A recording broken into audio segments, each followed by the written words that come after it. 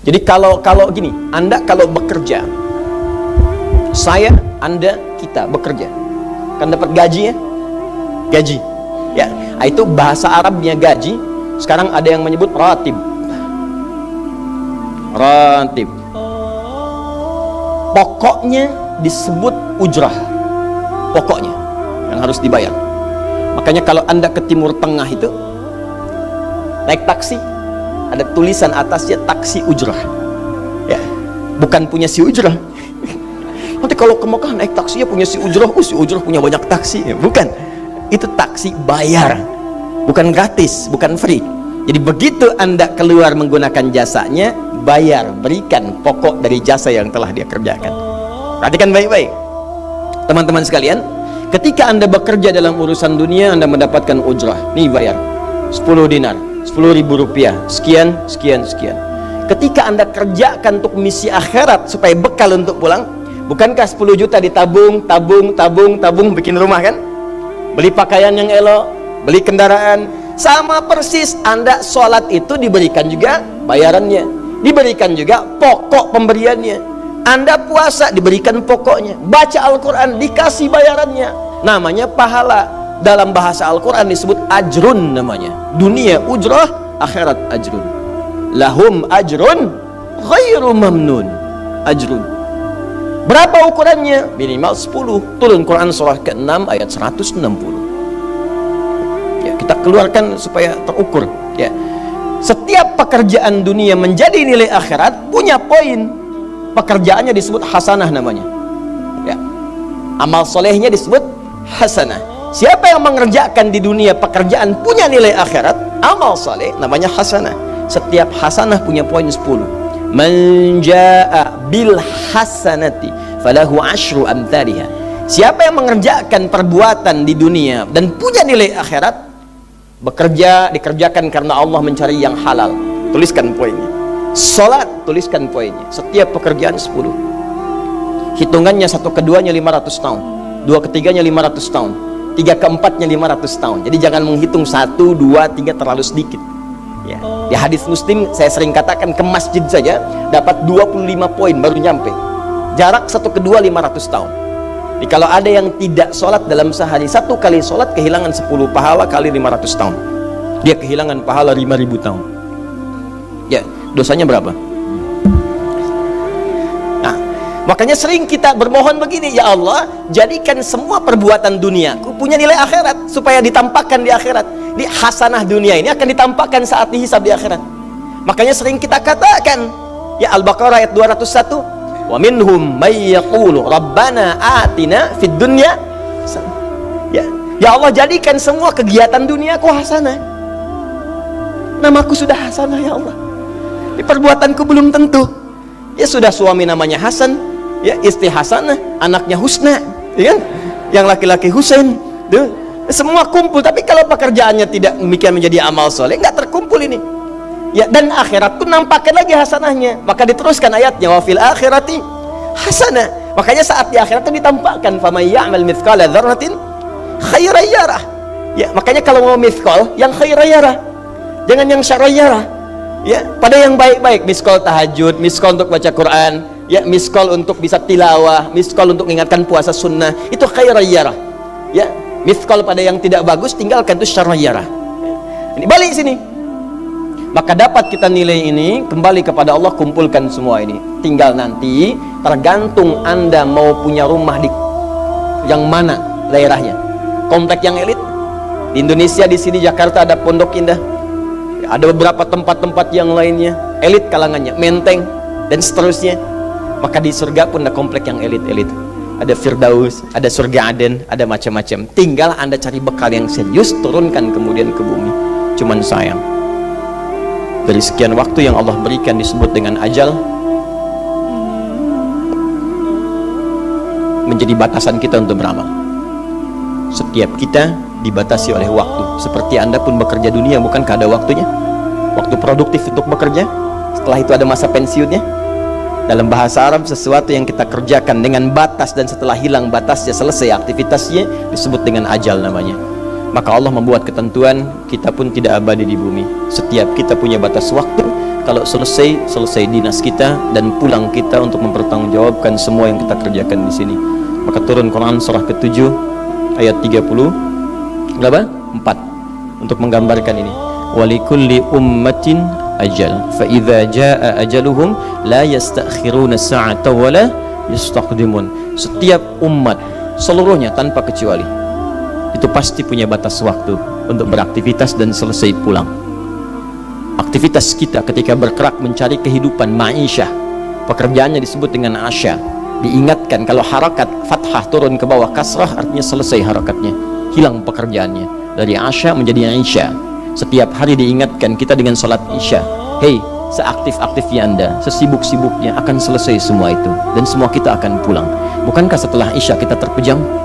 Itu kan latihan. Makanya dalam doa saat akan tidur jadi disebutkan bisikallahumma amutu wa ahya. Ada riwayat lain ahya wa amut. Riwayat populernya amutu wa ahya. Mungkin malam ini saya pulang, saya meninggal. Makanya saat kita bangun dari tidur kita ucapkan alhamdulillahilladzi ahyana ba'dama. Ada maknya, sementara aja. Satu saat mungkin pulang. Kita nggak tahu di bagian mana yang tidur itu mengakhiri kehidupan kita saat kita pulang. Karena itu serius. Ada saatnya kita pulang. Nah teman-teman, ternyata sudah tahu akan pulang pun masih ada yang tidak memanfaatkan waktu dengan baik. Tanyakan pada setiap manusia ya, dari detik ini, dimulai dengan diri kita manusia kan, tanyakan pada diri kita, Anda wafat tidak? Anda pulang tidak? Anda meninggal tidak? Kalau sadar pulang, maka cari bekal yang baik. Berarti Allah benar kan? Kata Allah setiap kita akan wafat. Kullu nafsin dha'iqatul maut. Setiap yang punya jiwa meninggal. Bahkan dikasih informasi jelas kok. Ya, yang bawa maut disebutkan namanya malakul maut. Quran surah 32 ayat ke-11. Qul yatawaffakum malakul mautil ladzi wukkila bikum. Disebutkan. Bayangkan ya, kurang jelas apa lagi? Disebutkan punya waktu namanya ajal, akan wafat disebutkan, yang bawa wafat kematiannya disebutkan malaikatnya, cara wafatnya disebutkan. Quran surah 89 ayat 27 sampai 30. Ya ayyatuhan nafsul mutmainnah, itu yang tenang, yang dahsyat dipukulin malaikat juga ada. Ya, Quran surah 8 ayat 50 itu ada sambil dipukulin malaikat. Ya. Maaf teman-teman sekalian, ini sudah jelas semuanya. Jadi aneh manusia itu. Ya, sudah tahu akan meninggal, tahu ada kenikmatan, ada siksaan, tahu ada surga, ada neraka, tahu ada kenikmatan kubur, ada siksa kubur. Kenapa masih main-main juga? Kenapa nggak dimanfaatkan? Dan dia tahu ada yang menyolatkan, ada yang disolatkan. Apa nggak sempat terfikir ketika Anda wafat siapa yang menyolatkan? Bukankah yang paling indah yang menyolatkan orang yang selama ini kita rawat? Anak yang pernah dikandung, diberikan ASI, dirawat-rawat. Anda menyiapkan apa gitu? Kita menyiapkan apa? Sayang-sayang investasi keluar banyak, ketika wafat gak bisa berlaku apapun. Bahkan ada yang sebelum wafat pun sudah dibuang dari keluarganya. Waliyadzubillah. Nah, sekarang dari sekian kegiatan aktivitas kita, berapa yang sudah punya nilai di mata Allah menjadi amal saleh? Sekarang kita ukur. Ya, sekarang kita ukur. Pelan-pelan sebentar ya. Ini rata-rata usia berapa tahun? Oh baik, 40 tahun ke atas ya. Ya. Walaupun atasnya mungkin agak banyak, atas gitu ya, bagian. Nggak apa-apa. Fokus sini ya. Edisi kali ini fokus saja. Biarkan saya yang datang, terangkan, tulis, hapus ya. Antum simak aja lah, simak, tulis dengan baik. Mau ketawa-ketawa, sudah masuk surga, alhamdulillah. Udah cukup dengan amin, lihat dulu. Ini saya sering sampaikan. Ini kita kasih batas standar di Al-Quran aja lah, 40 tahun misalnya. Ya, standar keseriusan beraktivitas. Ya, lihat sini. Konon dalam sebuah penelitian sederhana, manusia itu kalau dihitung-hitung aktivitasnya setengah dari usianya, itu umumnya walau tidak semuanya teralokasikan untuk tidur, beristirahat, tidur. Dari mulai lahir, bayi kecil tidur, dewasa beraktivitas, tidur siang, tidur malam, tidur macam-macam, tidur kecapean, tidur ngantuk, tidur lelah, tidur segala rupa, tidur setengah dari usia. Jadi kalau 40 tahun, tidurnya berapa tahun? 20 tahun. Baik. Sisanya beraktivitas, ya. Nah, itu berapa tahun? 20 tahun. Jadi di sini kalau kita hitung, ya kalau beriman, alhamdulillah kita sholatnya, puasanya, baca Qurannya, tapi juga kerjanya, tertawanya, candanya, macam-macamnya 20 tahun. Dari 20 tahun ini, berapa yang jadi aktivitas ibadah? Yang jadi ibadah berapa? Ya, jangan terlalu pesimis ya, ambil 10 tahun misalnya. 10 tahun ibadah. Jadi di sini adalah sholatnya, baca Qurannya, puasanya, dan sebagainya, sedekahnya, infaknya. Apakah semua ibadah itu langsung diterima? Belum tentu. Syaratnya ikhlas. Wa ma umiru illa liya'budullaha mukhlishina lahuddin. Quran surah 98 ayat 5. Pertanyaannya, dari ibadah yang kurang lebih 10 tahun ini, berapa tahun yang ikhlas? Ya ambillah tengah-tengahnya 5 misalnya kan. 5 tahun. Ini yang ikhlas, insya Allah. Yang ikhlas kurang lebih 5 tahun. Jadi usia 40 tahun ini yang produktif amalan yang kurang lebih harapan kita diterima oleh Allah insya Allah 5 tahun. Dosanya berapa tahun?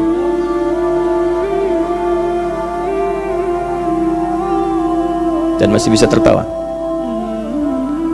dan masih mengharap surga, masih ingin ke surga Firdaus, masih ingin mendapatkan segala hal yang istimewa. Sementara kita sadar, gini caranya begini, coba ucapkan dengan kalimat yang lantang bahwa Anda tak punya dosa. Kalau tak mampu, berarti punya dosa. Ucapkan Anda sudah siap ke surga. Kalau tak mampu, amalnya masih kurang. Jadi kalau sudah merasa amal masih kurang, dosa banyak, terus masih main-main juga. Sudah tahu usia sudah di atas ini, ada yang 50, 60 tahu, waktunya sedikit. Yang kemarin-kemarin banyak yang sia-sia. Jadi kalau yang kemarin-kemarin kurang, masa sisanya masih dikurangi juga? Anda 40 tahun, 50 tahun, 60 tahun. Sekarang anak 4, 5 tahun, bahkan matanya buta, ada laki-laki, ada perempuan, sudah jadi penghafal Quran. 5 tahun hafal Quran. Belum baligh. Dan berharap punya bekal di hadapan Allah. Kemarin sahabat saya, Syekh Ali Jabir, ya, datang ke Bekasi. Cerita tentang Kaila, anak 5 tahun, mata buta. Murajaah hafalan Quran sehari 5-7 juz. Dikatakan oleh beliau, Kaila, apa nggak capek terlalu banyak? Kamu kan punya uzur di hadapan Allah. Allah maha memahami keadaan kamu. Apa nggak lelah? Saya malu justru kepada Allah kalau kurang daripada itu. Anak 5 tahun mengulang hafalan Quran setiap hari 5-7 juz, dan malu kalau kurang di bawah itu sebagai bekal untuk menghadap Allah. Anda diberikan kesempatan sampai lebih daripada 50 tahun, lebih daripada 40 tahun, lebih daripada 20 tahun. Dan sampai kesempatan itu, sampai hari ini pun untuk baca pun belum punya waktu. Dan Anda mengharap surga, Anda siapa?